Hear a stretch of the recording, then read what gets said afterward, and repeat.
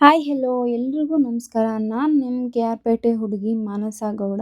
ಇವತ್ತು ನಾನು ಮಸಾಲ ಅಕ್ಕಿ ರೊಟ್ಟಿ ಹೆಲ್ದಿ ಆ್ಯಂಡ್ ಟೇಸ್ಟಿ ಹಾಗೆ ಕಾಯಿ ಚಟ್ನಿ ಹೇಗೆ ಮಾಡೋದು ಅಂತ ತೋರಿಸ್ತಾ ಇದ್ದೀನಿ. ಮೊದಲಿಗೆ ನಾನು ಕ್ಯಾರೆಟ್, ಈರುಳ್ಳಿ, ಕಾಯಿ, ಜೀರಿಗೆ, ಹಸಿಮೆಣಸಿನಕಾಯಿ ಎಲ್ಲನೂ ರೆಡಿ ಮಾಡಿಕೊಂಡು ಪಕ್ಕಕ್ಕೆ ಇಟ್ಕೊಂಡಿದ್ದೀನಿ.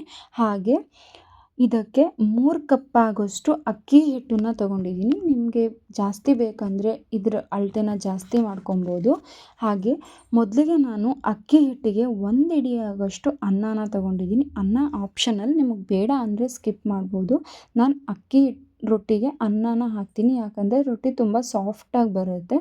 ಸೊ ಅದಾದಮೇಲೆ ಸ್ವಲ್ಪ ಕ್ಯಾರೆಟ್, ಹಾಗೆ ಕಟ್ ಮಾಡಿಟ್ಕೊಂಡಿರೋ ಈರುಳ್ಳಿ, ಅದಾದಮೇಲೆ 1 ಹಿಡಿ ಆಗೋಷ್ಟು ಕಾಯಿ ತುರಿ, ಸ್ವಲ್ಪ ಕರಿಬೇವು ಕಟ್ ಮಾಡ್ಕೊಂಡಿರೋದು, ಹಸಿಮೆಣಸಿನ್ಕಾಯಿ, 1-2 ಸ್ಪೂನ್ ಜೀರಿಗೆ, ಇದೆಲ್ಲ ಹಾಕಿ ಸ್ವಲ್ಪ ರುಚಿಗೆ ತಕ್ಕಷ್ಟು ಉಪ್ಪು ಹಾಕ್ಕೊಂಡು ಚೆನ್ನಾಗಿ ಕಲಿಸ್ಕೊಬೇಕು ಫಸ್ಟು.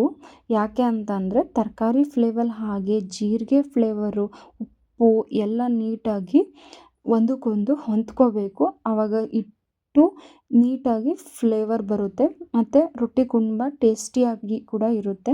ಅದಕ್ಕೋಸ್ಕರ ಫಸ್ಟ್ ನೀಟಾಗಿ ಕಲಿಸ್ಕೊತಿದ್ದೀನಿ. ಹಾಗಾದಮೇಲೆ ಚೆನ್ನಾಗಿ ಬಿಸಿ ಮಾಡಿರೋ ಅಂಥ ಬಿಸಿನೀರನ್ನ ಆ್ಯಡ್ ಮಾಡಬೇಕು. ತಣ್ಣೀರಲ್ಲಿ ಕಲಿಸ್ಕೊಬಾರ್ದು. ರೊಟ್ಟಿನ ಯಾವಾಗಲೂ ಬಿಸಿನೀರಲ್ಲಿ ಕಲಿಸ್ಕೊಂಡ್ರೆ ಹಿಟ್ಟು ತುಂಬ ಸಾಫ್ಟಾಗಿರುತ್ತೆ. ಅದಾದಮೇಲೆ 1 ಸ್ಪೂನ್ ಎಣ್ಣೆ ಹಾಕ್ಕೊಂಡಿದ್ದೀನಿ.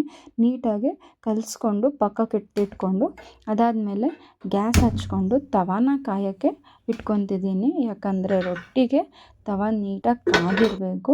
ಸೊ ತವ ಕಾಯೋಕ್ಕೆ ಹಿಟ್ಟು ನಾನು ಆಲ್ರೆಡಿ ಕಲಸಿ ಪಕ್ಕಕ್ಕಿಟ್ಟಂಥ ಹಿಟ್ಟನ್ನ ತೊಗೊಂಡು ಫಸ್ಟು ಪೇಪರ್ಗೆ ಎಣ್ಣೆನ ಹಾಕ್ಕೊತಿದ್ದೀನಿ. ಎಣ್ಣೆ ಹಾಕೋದ್ರಿಂದ ಹಿಟ್ಟು ಅಂಟ್ಕೊಳ್ಳಲ್ಲ ಪೇಪರ್ಗೆ.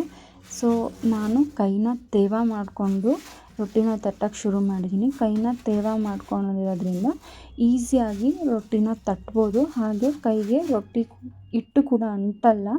ಸೊ ಹಾಗಾಗಿ ರೊಟ್ಟಿ ತಟ್ಟೋಕ್ಕಿಂತ ಮುಂಚೆ ಕೈನ ತೇವ ಮಾಡ್ಕೊಳ್ಳಿ. ಸೊ ನನಗೆ ಅಕ್ಕಿ ರೊಟ್ಟಿ ಪರ್ಸ್ನಲ್ ಫೇವ್ರೆಟ್. ಯಾಕಂದರೆ ನಾನು ಕಾಲೇಜ್ ಹೋಗುವಾಗ ಹಾಸ್ಟೆಲಲ್ಲಿ ಇರೋದ್ರಿಂದ ಅಲ್ಲಿ ಯಾವಾಗಲೂ ರೈಸ್ ಮಾಡ್ತಾಯಿದ್ರು, ರೊಟ್ಟಿ ಮಾಡ್ತಾ ಇರಲಿಲ್ಲ. ಹಾಗಾಗಿ ನಾನು ಯಾವಾಗೆಲ್ಲ ಹಾಸ್ಟೆಲಿಂದ ಮನೆಗೆ ಹೋಗ್ತಿದ್ದೀನಿ ಅವಾಗೆಲ್ಲ ಅಮ್ಮಂಗೆ ಫೋನ್ ಮಾಡಿ ಹೇಳ್ತಿದ್ದೆ ಬಿಫೋರ್, ನಾನು ಇವತ್ತು ಮನೆಗೆ ಬರ್ತಾಯಿದ್ದೀನಿ ಅಮ್ಮ ರೊಟ್ಟಿ ಮಾಡಿ ಅಂತ. ಸೊ ನನಗೆ ರೊಟ್ಟಿ ಅಂದರೆ ತುಂಬ ಇಷ್ಟ. 3 ಟೈಮ್ಸ್ ಕೊಟ್ಟರು ರೊಟ್ಟಿನೇ ತಿಂತೀನಿ. ಸೊ ಯಾರಿಗೆಲ್ಲ ರೊಟ್ಟಿ ಇಷ್ಟ ಈ ವಿಡಿಯೋ ಕಮೆಂಟ್ ಮಾಡಿ, ಹಾಗೆ ಲೈಕ್ ಮಾಡಿ. ಸೊ ರೊಟ್ಟಿನ ಚೆನ್ನಾಗಿ ನಿಮಗೆ ಎಷ್ಟು ತೆಳುವಾಗಬೇಕೋ ಅಷ್ಟು ತೆಳುವಾಗಿ ತಟ್ಕೊಂಡು ಜಸ್ಟ್ ಕೈಗೆ ಹೀಗೆ ಟ್ರಾನ್ಸ್ಫರ್ ಮಾಡಿ ಪೇಪರ್ನ ತೆಗೆದ್ರೆ ರೊಟ್ಟಿ ಕೈಗೆ ಬರುತ್ತೆ. ಸೊ ಅದನ್ನು ರೊಟ್ಟಿನ ತವ ಮೇಲೆ ಟ್ರಾನ್ಸ್ಫರ್ ಮಾಡಿದ್ದೀನಿ. 10 ಸೆಕೆಂಡ್ ಆದಮೇಲೆ ಸ್ವಲ್ಪ ಡ್ರೈ ಆಗುತ್ತೆ ರೊಟ್ಟಿ. ಅದಾದಮೇಲೆ ಸ್ವಲ್ಪ ನೀರನ್ನು ರೊಟ್ಟಿಗೆ ನೀಟಾಗಿ ಸವರ್ಕೊಬೇಕು. ನೀರನ್ನು ಹಾಕ್ಕೊಂಡು ನೀಟಾಗಿ ಸವರ್ಕೊಂಡಿದ್ದೀನಿ. ಅದಾದಮೇಲೆ ನೆಕ್ಸ್ಟು ಆಪೋಸಿಟ್ ಸೈಡ್ ರೊಟ್ಟಿನ ದಬಾಕಬೇಕು. ಸೊ 2 ಸೈಡು ರೊಟ್ಟಿನ ಚೆನ್ನಾಗಿ ಬೇಯಿಸ್ಕೋಬೇಕು. ಸೊ ನಾವು ರೊಟ್ಟಿನ ಸ್ವಲ್ಪ ಜಾಸ್ತಿ ಟೈಮ್ ತೊಗೊಳುತ್ತೆ ಕಂಪೇರ್ ಟು ಚಪಾತಿ. ರೊಟ್ಟಿ ಬೇಯೋಕ್ಕೆ ಚೆನ್ನಾಗಿ ಬೇಯಿಸಿದ್ರೆ ಹಿಟ್ಟಿಟ್ಟು ಥರ ಬರೋಲ್ಲ. ನೋಡಿ ರೊಟ್ಟಿ ಬೆಂದಿದೆ ಆಲ್ಮೋಸ್ಟು. ನನಗೆ ರೊಟ್ಟಿ ತುಂಬ ಕ್ರಿಸ್ಪಿಯಾಗಿದ್ದರೆ ಇಷ್ಟ ಆಗುತ್ತೆ. ಸೊ ಅದಕ್ಕೆ ನಾನು ಚೆನ್ನಾಗಿ ಬೇಯಿಸಿದ್ದೀನಿ.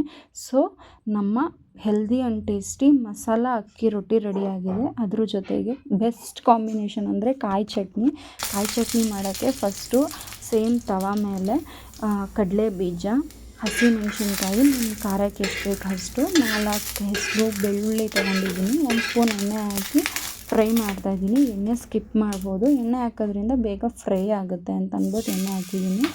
ಸೊ ಚೆನ್ನಾಗಿ ಫ್ರೈ ಮಾಡಿಕೊಂಡು ಅದನ್ನು ಜಾರಿಗೆ ಟ್ರಾನ್ಸ್ಫರ್ ಮಾಡ್ತಾಯಿದ್ದೀನಿ. ಜಾರಿಗೆ ಹಾಕ್ಕೊಂಡು ಸ್ವಲ್ಪ ತಣ್ಣಗಾಗಬೇಕು. ನಾವೇನು ಫ್ರೈ ಮಾಡ್ಕೊಂಡ್ವಿ ಕಡಲೆಬೀಜ, ಹಸಿಮೆಣ್ಸಿಕಾಯಿ ಎಲ್ಲ ಸ್ವಲ್ಪ ತಣ್ಣಗಾದ್ಮೇಲೆ 1/4 ಸ್ಪೂನ್ ಆಗೋಷ್ಟು ಜೀರಿಗೆ, ಸ್ವಲ್ಪ ಕರಿಬೇವು ಸೇಮ್ ತವ ಮೇಲೆ ಸ್ವಲ್ಪ ಫ್ರೈ ಮಾಡಿದ್ದೀನಿ. ಅದಾದಮೇಲೆ ಇದಕ್ಕೆ ಸ್ವಲ್ಪ ಉಪ್ಪು ಹಾಕ್ಕೊತಿದ್ದೀನಿ. ಯಾಕಂದರೆ ಆಲ್ರೆಡಿ ಅಕ್ಕಿ ರೊಟ್ಟಿಗೆ ನಾವು ಉಪ್ಪು ಹಾಕಿರೋದ್ರಿಂದ ಸ್ವಲ್ಪ ಹಾಕ್ಕೊಂಡ್ರೆ ಸಾಕು. ಚಟ್ನಿಗೆ ಜಾಸ್ತಿ ಹಾಕ್ಕೊಬಾರ್ದು, ರುಚಿ ನೋಡಿ ಉಪ್ಪು ಹಾಕ್ಕೊಳ್ಳಿ. ಅದಾದಮೇಲೆ ಸ್ವಲ್ಪ ಹುಣಸೆ ಹಣ್ಣು ಹಾಕ್ಕೊಂಡಿದ್ದೀನಿ. ನಾನು ಸ್ವಲ್ಪ ಖಾರ ಜಾಸ್ತಿ ತಿನ್ನಲ್ಲ, ಅದಕ್ಕೋಸ್ಕರ ಹುಣ್ಸೆಹಣ್ಣು ಹಾಕ್ಕೊಂಡಿದ್ದೀನಿ. ನಿಮ್ಗೆ ಎಷ್ಟು ಬೇಕು ಅಷ್ಟು ಹಾಕ್ಕೊಳ್ಳಿ. ಹುರ್ಗಡ್ಲೆ ಕೂಡ ಆ್ಯಡ್ ಮಾಡ್ತಾಯಿದ್ದೀನಿ. ಬರೀ ಕಡಲೆ ಬೀಜನೇ ಹಾಕ್ಕೊಂಡು ಚಟ್ನಿ ಮಾಡ್ಬೋದು, ಇಲ್ಲ ಬರೀ ಹುರ್ಗಡ್ಲೆ ಹಾಕ್ಕೊಬೋದು. ಸೊ ಎರಡೂ ಹಾಕೋದ್ರಿಂದ ಸ್ವಲ್ಪ ಡಿಫ್ರೆಂಟ್ ಟೇಸ್ಟ್ ಚೆನ್ನಾಗಿರುತ್ತೆ. ಸೊ ಅದಕ್ಕೋಸ್ಕರ ನಾನು ಎರಡೂ ಹಾಕಿ ಚೆನ್ನಾಗಿ ರುಬ್ಬಿದ್ರೆ ನಿಮ್ಮ ಚಟ್ನಿ ರೆಡಿ. ಕಾಯಿ ಚಟ್ನಿ ಮಸಾಲ ಅಕ್ಕಿ ರೊಟ್ಟಿ ರೆಡಿ ಆಗಿದೆ. ಸೊ ಇದೇ ರೀತಿ ಮೋರ್ ವೀಡಿಯೋಗೋಸ್ಕರ ನನ್ನ ಇನ್ಸ್ಟಾಗ್ರಾಮ್ ಅಕೌಂಟ್ನ ಫಾಲೋ ಮಾಡಿ, ಹಾಗೆ ನನ್ನ ಯೂಟ್ಯೂಬ್ ಚಾನಲ್ನ ಸಬ್ಸ್ಕ್ರೈಬ್ ಮಾಡಿ. ಎಲ್ರಿಗೂ ಥ್ಯಾಂಕ್ ಯು. ಬಾಯ್.